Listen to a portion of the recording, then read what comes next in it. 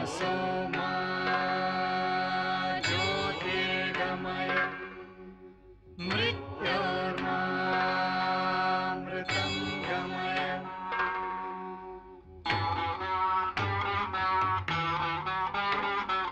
सर्वेऽपि सुखिनः सन्तु सर्वे सन्तु निरामया सर्वे भद्राणि पश्यन्तु मा कश्चित् दुःखभाग् भवेत्।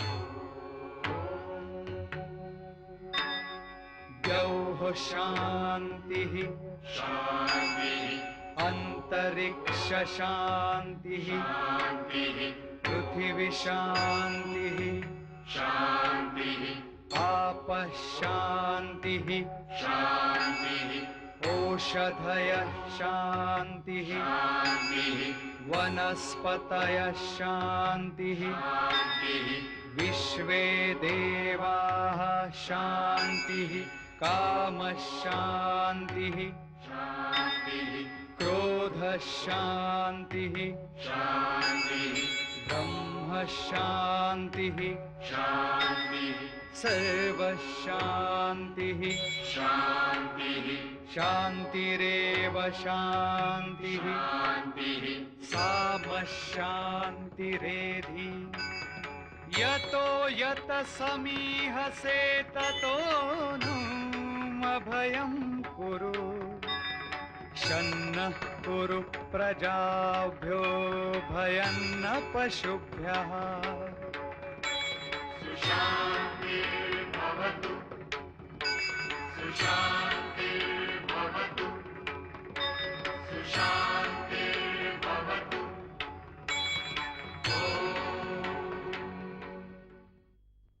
धारावाहिक के इस प्रकरण में अलक्षेंद्र व अन्य यवन पात्रों के दृश्यों में हिंदी व अंग्रेजी के अतिरिक्त एक दृश्य में ग्रीक भाषा का भी प्रयोग किया गया है।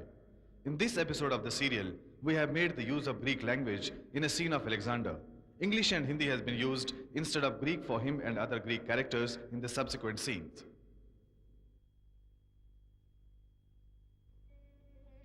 तक्षशिला में भी अलक्षेंद्र ने प्रथानुसार बलि चढ़ाई और व्यायाम तथा घुड़सवारी की प्रतियोगिता आयोजित की। मखाता के पुत्र फिलिप को उस क्षेत्र का क्षत्रप नियुक्त कर अलक्षेंद्र अपनी पूर्व सेना और तक्षशिला के 5000 निवासियों तथा प्रधानों से गठित सेना के साथ झेलम नदी के तट पर पहुंचा। अलक्षेंद्र ने नदी के तट पर पड़ाव डाला।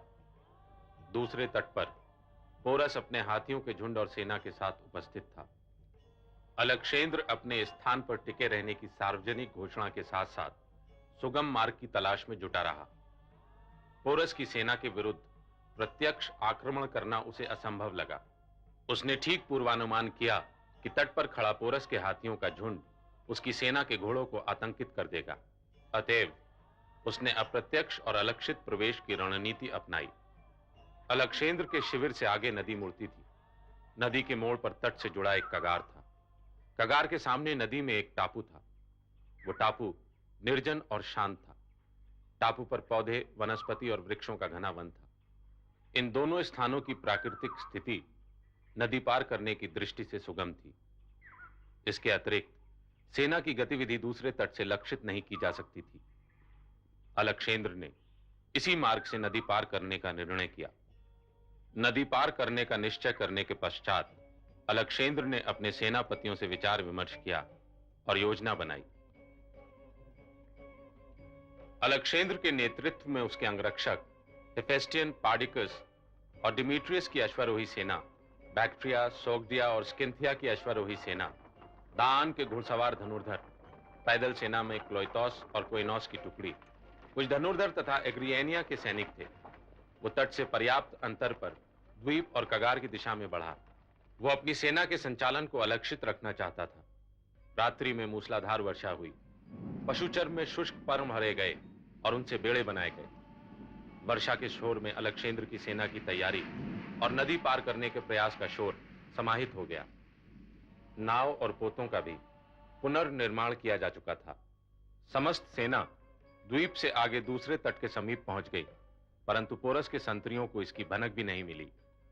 अलक्षेंद्र का अनुमान था कि पोरस अपनी संपूर्ण सेना के साथ उसकी दिशा में बढ़ रहा है और उसने अश्वारोही सेना की एक टुकड़ी आगे भेजी। पोरस की अश्वारोही सेना की संख्या ज्ञात होने पर उसने स्फूर्ति से अपनी अश्वारोही सेना को युद्ध के लिए ललकारा। पोरस की अश्वारोही सेना अलक्षेंद्र की छोटी अश्वारोही सेना को सम्मुख पाकर साहस के साथ आगे बढ़ी और उनके व्यू में फंस गई। 400 घुड़सवारों के साथ पोरस का पुत्र भी था। उनके रथ, घोड़ों और सैनिकों का पीछे लौटना या आगे बढ़ना असंभव हो गया क्योंकि वहां चिकनी मिट्टी थी। इस व्यू से निकल भागे घुड़सवारों ने पोरस को बताया कि अलक्षेंद्र ने स्वयं नदी पार कर ली है और उसके पुत्र की युद्ध में मृत्यु हो गई है। तत्पश्चात पर्वतेश्वर ने सेना का नेतृत्व किया। दोनों पक्षों की सेना हाथी और घोड़ों के समीप युद्धरत थी। इससे दोनों पक्ष की क्षति हुई। अलक्षेंद्र की सेना के संचालन के लिए पर्याप्त स्थान था, किंतु पोरस की सेना पशुओं के बीच फंस गई थी। हाथी भी थक गए थे। महावतों की मृत्यु से कुछ हाथी अनियंत्रित भटक रहे थे। वे पीछे भागे तो अपनी सेना को रौंदते चले गए। इसी समय अलक्षेंद्र की अश्वारोही सेना ने शत्रु की सेना को घेर लिया। इस प्रकार प्रत्येक दिशा से अलक्षेंद्र की सेना ने शत्रु की सेना पर आक्रमण किया और पराजय के लिए विवश किया। पोरस ने अदम्य साहस के साथ अपने कर्तव्य का निर्वाह किया। अपनी सेना की अपार क्षति के पश्चात भी वो युद्ध से विमुख नहीं हुआ। वो अपनी सेना के साथ साथ युद्ध करता रहा। युद्ध में उसका दाहिना कंधा घायल हो गया क्योंकि वहां कवच नहीं था। घायल पोरस ने अपने हाथी को मोड़ा और पीछे लौटा। उसे लौटता पाकर अलक्षेंद्र ने तक्षशिला वासियों को उसके पास भेजा। पोरस अलक्षेंद्र के दूतों से मिलने के लिए रुका, किंतु दूतों में अपने पुराने शत्रु तक्षशिला वासियों को देखकर उसका क्रोध जाग उठा और उसने आक्रमण किया। अलक्षेंद्र के दूत प्राण रक्षा में भागे। पोरस के इस व्यवहार से अलक्षेंद्र क्रोधित नहीं हुआ। उसने दूत पर दूत भेजे। अंततः उसने पोरस के मित्र मेरोस से संदेश भेजा। मेरोस का संदेश पाकर पोरस रुका और हाथी से उतरा। उसे तीव्र प्यास भी लगी थी। जल पीकर प्यास बुझाने के पश्चात उसने मेरोस से आग्रह किया कि उसे अलक्षेंद्र के पास ले चले और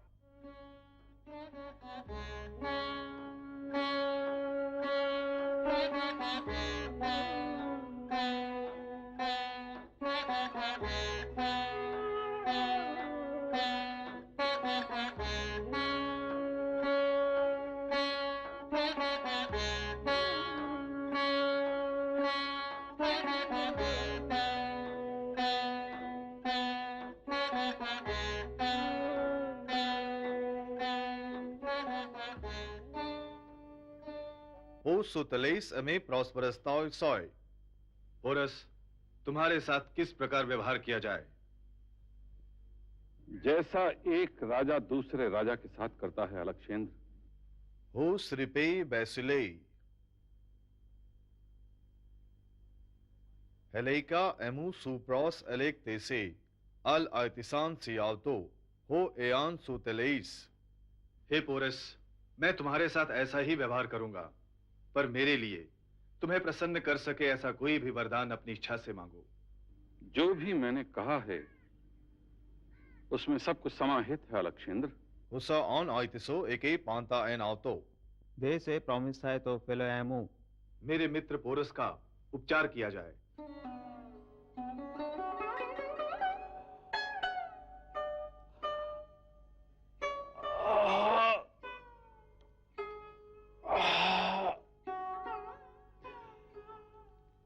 और कब तक ये पीड़ा सहनी होगी वैद्यराज? मर्मांतक पीड़ा को तो आप सह गए, अभी छोटा घाव भी भर ही जाएगा। तन के घावों को तो तुम्हारी औषधियां भर देंगी वैद्यराज, पर मन के घावों को कौन भरेगा? मन का क्या है केकईराज, अपनी तृप्ति के लिए वह तो अपना मार्ग ढूंढ ही लेगा। उसे बदलते देर नहीं लगेगी। समय के साथ वह भी अपने लिए सम्मानजनक तर्कों को ढूंढ ही लेगा। बस उसका साथ देते रहिए। कल फिर आपकी सेवा में उपस्थित होऊंगा। प्रणाम केकईराज।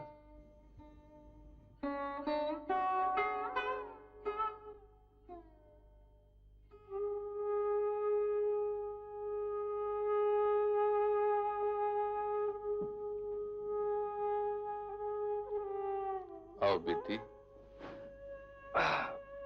बैठो बैठो। अब पीड़ा कैसी है?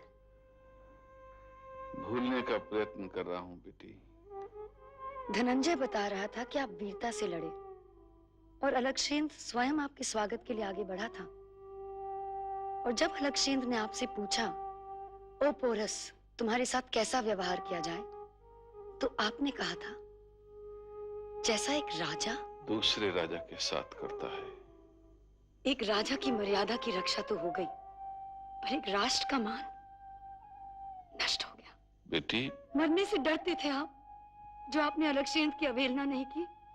पराजितों का अपना रक्त भी पराजितों का अपमान करता है। ये सत्य भी अपनी आंखों से देख रहा हूं बेटी। स्वयं को दया का पात्र बनाने का झूठा प्रयास मत करिए केकयराज। इस देश की विडंबना ही यही रही है कि भूमि के लिए राजा लड़ते हैं, राज परिवार लड़ते हैं, पर मातृभूमि के लिए वे धरती की संतान बन नहीं लड़ना चाहते।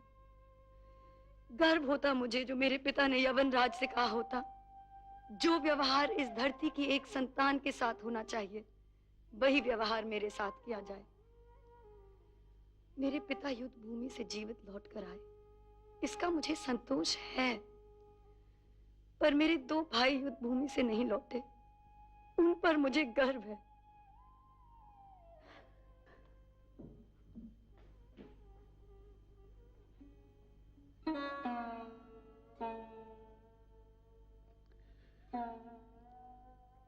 पराजितों की पीड़ा तू नहीं समझेगी बेटी।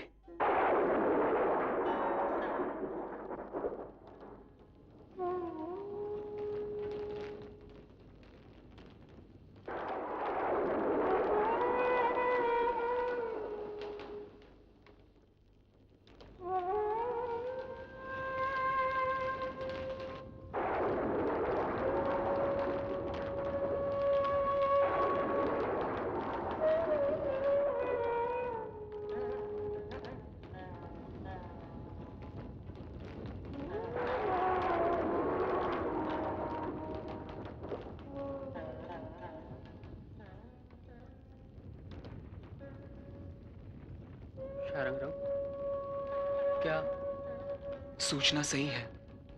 कैकेय पराजित हुआ है।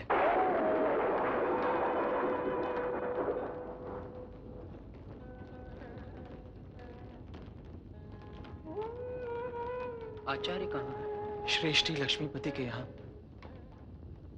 पुणक, अब आचार्य को संभालना होगा।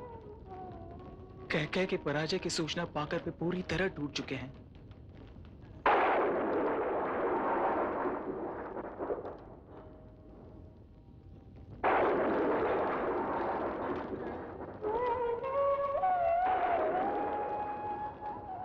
समस्त उत्तरापथ के मार्ग अलक्षेंद्र के आक्रमण के कारण अब भयमुक्त नहीं रहे आचार्य। ना ही मार्ग सुरक्षित है और ना ही जनपदों की स्थिति इतनी सुदृढ़ कि वे सार्थवाहों की रक्षा का उत्तरदायित्व वहन कर सके। कैकेयी कि मेरे पर्णशाला से अलक्षेंद्र के आक्रमण की सूचना आते ही मुझे बीच मार्ग से ही लौटाना पड़ा। किसी दावानल की भांति वह संपूर्ण वाहिक प्रदेश को ग्रस लेने के लिए निरंतर आगे बढ़ रहा है। शीघ्र ही तक्षशिला से कैकेयी की पर्णशालाओं मेरा पण्य आने वाला था, पर अब तो तक्षशिला की ओर प्रयाण करने में ही संकोच हो रहा है। पर आप कहां से आ रहे हैं आचार्य? पाटलिपुत्र से। किसी कार्यवश या? धनानंद से सैनिक सहायता मांगने गया था, ताकि भारत के समस्त जनपद एक राष्ट्र के रूप में संगठित हो अलक्षेंद्र के आक्रमण का प्रत्युत्तर दे सकें। पर आचार्य, क्या अन्य जनपद अलक्षेंद्र से अपनी रक्षा कर पाएंगे? इस राष्ट्र को अपनी रक्षा करने के योग्य तो बनाना ही होगा। बड़ी प्रसन्नता होती जो आप मेरा आतिथ्य स्वीकार करते। आज्ञा दीजिए। मेरा सेवक आपको पंथागार तक छोड़ाएगा। मार्गों में घना अंधेरा होगा। उसकी कोई आवश्यकता नहीं श्रेष्ठी। वैसे भी मेरे मार्गों में पहले से ज्यादा घना अंधेरा है। प्रणाम।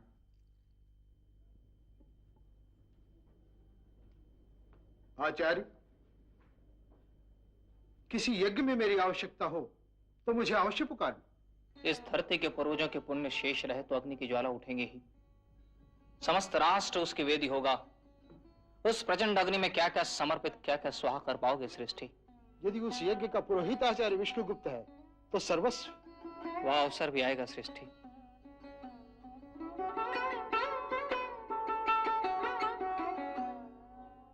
पर यह वह भूमि है जिसने करोड़ों देवपुत्रों को जन्म दिया है। यह वह धरा है जहां मानव को भी ईश्वर बनने का अवसर दिया जाता है। हम देवों के ही तो वंशज हैं। अतः आतताइयों की पाशविक क्रीड़ा से इस भूमि को कलंकित मत होने दो अंबी कुमार। आप मेरा व देवपुत्र अलक्षेंद्र का अपमान कर रहे हैं आचार्य। अपने मान अपमान के प्रति सजग अंबी कुमार राष्ट्र का अपमान करने जा रहे हैं। क्या इसका अंबी कुमार को ध्यान है? निबणक, तुम और शारंगारो कल तक्षशिला की ओर प्रस्थान कर देना। और आप? मैं संभवतः मालवगण की ओर जाऊंगा। हम भी आपके साथ आएंगे आचार्य। तुम तक्षशिला जाओगे? आचार्य, कोई तर्क नहीं।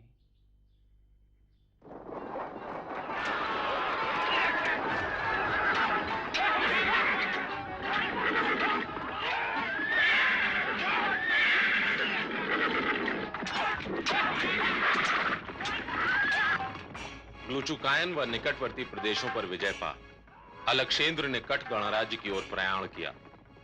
अलक्षेंद्र कट की ओर बढ़ रहा था कि अश्वाटक प्रदेश के क्षत्रप शचीगुप्त से सूचना प्राप्त हुई कि अश्वाटकों की नगरी में अलक्षेंद्र के विरुद्ध विद्रोह हो गया है।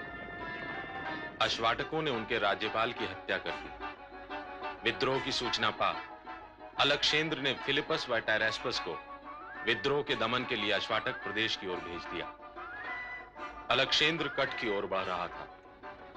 असिकनी व शतद्रु को पार कर अलक्षेंद्र ने कट पर आक्रमण किया। केके राज पर्वतेश्वर ने कठों के विरुद्ध युद्ध में अलक्षेंद्र का साथ दिया। कट के योद्धाओं ने अलक्षेंद्र की सेना का वीरतापूर्वक सामना किया, पर अंत में कट के वीर पराजित हुए। कट की राजधानी सांकल को उद्ध्वस्त कर अलक्षेंद्र अपनी विजय यात्रा का ध्वज फहराते हुए विपाशा की ओर बढ़ गया, पर अलक्षेंद्र के सैनिक अब आगे बढ़ने को तैयार न थे। वीर अलक्षेंद्र, विपाशा के उस पार विशाल मरुभूमि है, जिसे पार करने के लिए 11 दिवस लगेंगे। तत्पश्चात मार्ग में भारत की सबसे बड़ी नदी गंगा आती है, जिसके तट पर यौधेय व प्राच्य नामक राष्ट्र स्थित है। प्राच्य के शासक अग्रमीस के पास अपनी राष्ट्र की रक्षा के लिए 20,000 अश्व सेना, 2 लाख पदाती सेना, 2,004 अश्वों की रथ सेना व 3,000 का हस्तिबल है। There is a great desert across Vipasa that will take 11 days to traverse. Next comes the greatest river of India, the Ganges, which has the nations Gangridae and Prasi alongside its banks. The ruler of Prasi, Agramis, has mighty force of 20,000 cavalry, 2 lakh infantry, besides 2,004 horse chariots, the most formidable force of all, a troop of 3,000 elephants for the defense of his country. Strange. Is it true, Porus? क्या ये सत्य है, porous? वीर अलक्षेंद्र, जहां तक अग्रमिस के सैन्य बल का प्रश्न है, उसमें कोई अतिशयोक्ति नहीं है। प्राच्य देश का वर्तमान शासक हीन कुल का है। उसका पिता वास्तव में नाई था, पर अपने व्यक्तित्व के कारण वह राजमहिषी का स्नेह पात्र बन गया, और राजमहिषी के प्रभाव के ही कारण वह राजा के अत्यंत निकट आने में सफल हो गया। कुछ समय पश्चात उसने छल से राजा की हत्या करवा दी और राजपुत्रों के संरक्षण के नाम पर संपूर्ण सत्ता को अपने हाथों में ले लिया। धीरे धीरे उसने राजपुत्रों की भी हत्या करवा दी और स्वयं शासक बन बैठा। पिता के हाथों पुत्र को शासन प्राप्त हुआ, पर उसकी प्रजा त्रस्त है एवं उससे घृणा करती है। As far as the strength of the nation and the kingdom is concerned, there is no exaggeration in the report. But the present king, a man of no distinction and of very meanest condition. His father was in fact a barber, who because of his own personality won the affection of queen, and it was because of queen's influence that he could gain confidence of the king. After some time, he treacherously murdered his sovereign, and then, under the pretense of acting as guardian to the royal children, usurped the supreme authority, and having put the young princess to death, beggared the present king, who was detested and held cheap by his subjects, and as he rather took after his father than conducted himself as the occupant of the throne. I'm not ignorant, soldiers. सैनिकों, मैं इस तथ्य से परिचित हूँ कि गत कुछ दिनों से इस राज्य के निवासी हमारी सेना को भयभीत करने के उद्देश्य से सभी प्रकार की जनश्रुतियों का प्रचार कर रहे हैं। ऐसी मिथ्या जनश्रुतियां आपके लिए नई नहीं हैं। अपने विजय अभियान में अनेक अवसरों पर आपने ऐसी निराधार जनश्रुतियां सुनी। फारसियों ने भी इसी प्रकार सिलिसिया द्वार, मेसोपोटामिया, टिग्रिस और यूफ्रेटस की विशाल और विस्तृत समतल भूमि से आपको आतंकित करने का प्रयास किया, तथा अब आपने नदी पार कर ली है, और वह भी सेतु से। प्रसिद्धि कभी इतनी स्पष्ट और पारदर्शी नहीं होती कि सभी तथ्य अपने मूल रूप में दृष्टिगोचर हो। प्रसिद्धि तथ्यों के अतिरंजित रूप में प्रसारित होती है और सत्य से भिन्न हो जाती है। यहां तक कि हमारे प्रताप की प्रसिद्धि ठोस आधार पर होने पर भी यथार्थ से अधिक जनश्रुतियों की ऋणी है। कुछ दिनों पूर्व तक किसे विश्वास था कि परकोटों के समान प्रतीत होने वाले भयानक पशुओं का आक्रमण सह पाना हमारे लिए संभव है, या फिर हम झेलम पार कर सकते हैं, या अन्य ऐसी कठिनाइयों पर विजय प्राप्त कर लेंगे जो सुनने में यथार्थ अनुभव से अधिक दुर्जय थी। यदि हम ऐसी कथाओं से डर गए होते तो अतीत में ही एशिया से लौट गए होते। क्या आपको ऐसा प्रतीत होता है कि हाथी दूसरे पशुओं की अपेक्षा विशाल और भयानक होता है क्योंकि यह दुर्लभ है, इसे पकड़ना कठिन है और पालतू बनाना तो अत्यंत कठिन है। आपको आतंकित करने के उद्देश्य से ही शत्रु के घोड़ों और सैनिकों की संख्या का भी अतिरंजित रूप में मिथ्या प्रचार किया जा रहा है। नदी से क्या डरना? नदी चौड़ी हो तो एक शांत जलाशय के समान होती है।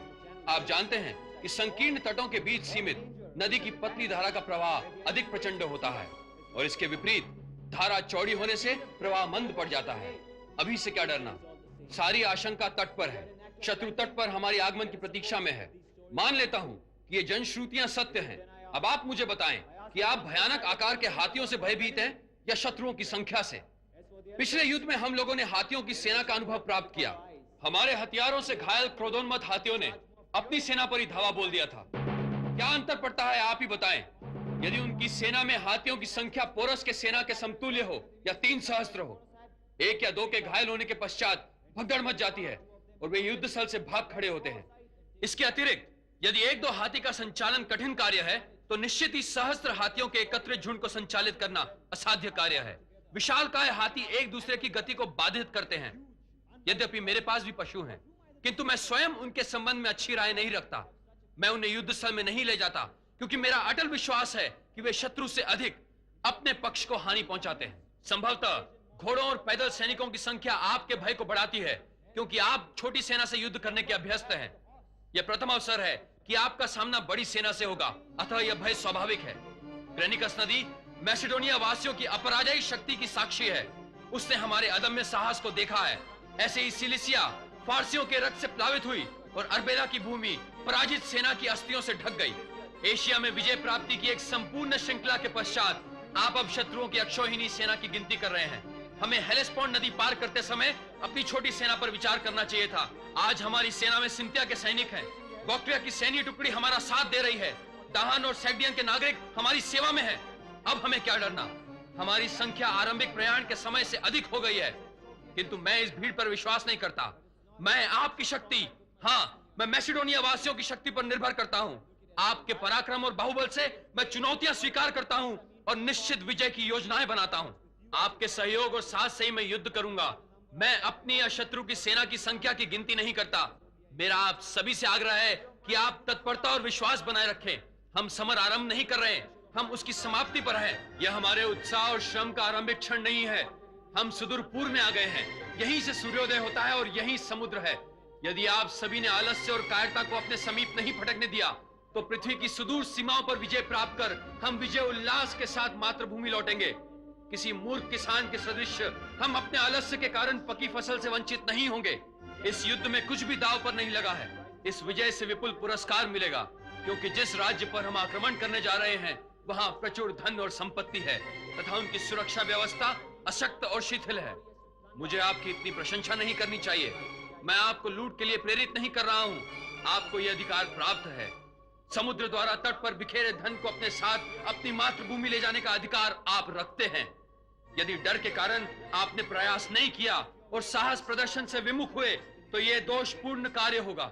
मैं आपका वह पराक्रम चाहता हूं जिससे आप मनुष्य की महानता की पराकाष्ठा पर पहुंचे। मैं अपनी और आपकी परस्पर सेवा और समझ के आधार पर आपसे निवेदन करता हूं कि आप अपने पोष्य पुत्र, अपनी सहयोद्धा और अपने नरेश का साथ ऐसे समय पर न छोड़ें जब वह विश्व के सीमांत को अपने अधीन करने जा रहा है। आपने अब तक सारे कार्य मेरे आदेश पर किए, किंतु इस कार्य के लिए मैं आपका ऋणी रहूंगा। मैंने कभी आपको ऐसे कार्य का आदेश नहीं दिया जिसमें मैं स्वयं न रहूं। मैं सर्वदा प्रयाण या अभियान की अग्रिम पंक्ति में रहा। युद्ध में प्राय अपनी ढाल से मैंने आपकी रक्षा की। ईश्वर का प्रकोप ना हो तो मैं कहना चाहूंगा कि मैं हरक्यूलिस और बेकस के समकक्ष हो जाऊंगा। मेरे आग्रह को मान लें और अपना हट छोड़ें, अपना मौन तोड़ें। आपके उत्साह का परिचायक व परिचित शोर कहां लुप्त हो गया? मेरे मैसिडोनिया वासियों का वह चिर प्रसन्न मुख कहां विलीन हो गया? सैनिकों, मैं आपको नहीं पहचानता और ऐसा प्रतीत होता है कि आप भी मुझे नहीं पहचानते। मैं बधिर व्यक्तियों के सम्मुख व्यर्थ प्रलाप कर रहा हूं। मैं विश्वासघाती और भय से आतंकित भीरू हृदयों को जगाने का प्रयास कर रहा हूं। मैंने अवश्य ही अपने प्रमाद में आपको दुविधापूर्ण स्थिति में डाल दिया है, तभी आप मुझसे आंखें नहीं मिला रहे हैं। आपकी निशब्दता से ऐसा प्रतीत होता है कि मैं किसी निर्जन स्थान में हूं। यहां कोई उत्तर नहीं देता। क्या मैं अपरिचितों के मध्य बोल रहा हूं? क्या मैं कोई अनुचित मांग कर रहा हूं? मैं क्यों आपकी महिमा और महानता पर बल दे रहा हूं? वे कहां हैं जिन्हें मैंने उस दिन साहसपूर्ण संघर्ष करते देखा था? आप नहीं हो सकते। आपको तो अपने घायल राजा के स्वागत का विशेष अधिकार मिलना चाहिए। क्यों, है ना? मैं परिव्यक्त और पराजित हो जाऊं, शत्रुओं के समक्ष आत्मसमर्पण कर दूं, परंतु मैं आगे बढ़ता रहूंगा, क्यों न मुझे अकेला प्रयाण करना पड़े। आप मुझे छोड़ दें तो भी मुझे ऐसे व्यक्ति अवश्य मिल जाएंगे जो मेरे साथ चलेंगे, जिनके बल पर मैं अपने विजय अभियान पर अग्रसर रहूंगा। सिंथिया और बॉक्ट्रिया के निवासी कभी हमारे शत्रु थे, किंतु अब वे हमारी सेना में हैं। वे अभी भी मेरे साथ हैं। मैं आपको बता दूं कि अनैच्छिक और उत्साहहीन नेतृत्व की स्थिति में मुझे मृत्यु प्रिय होगी। मैं कायर सेना का नेतृत्व नहीं करना चाहता। आप अपनी मातृभूमि लौट जाएं और विजय उल्लास के साथ लौटें, क्योंकि आपने अपने राजा को पराजित किया है। आप निराश हैं, किंतु मैं यहां से विजय के लिए प्रयास करूंगा या यहीं गौरवपूर्ण मृत्यु का वरण करूंगा।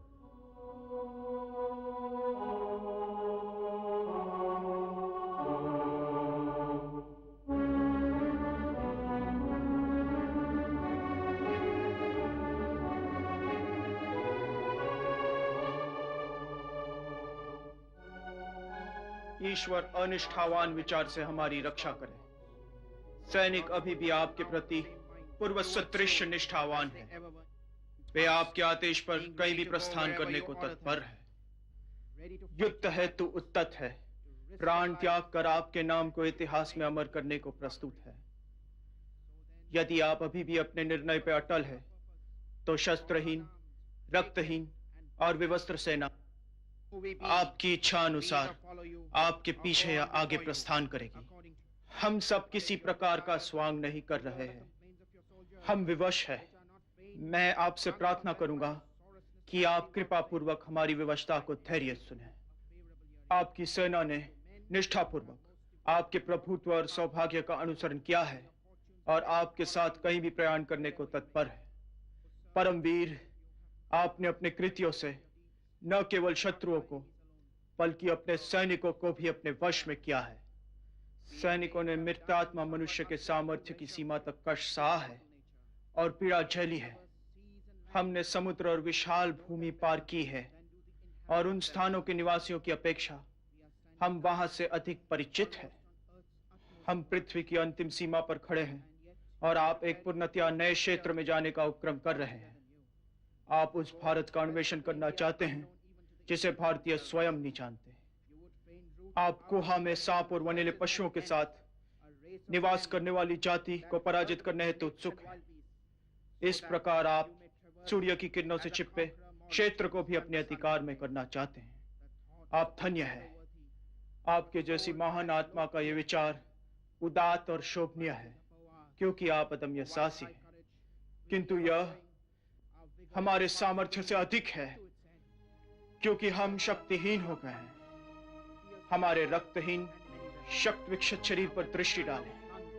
हमारे अस्त्र शस्त्र कुंद हो गए हैं।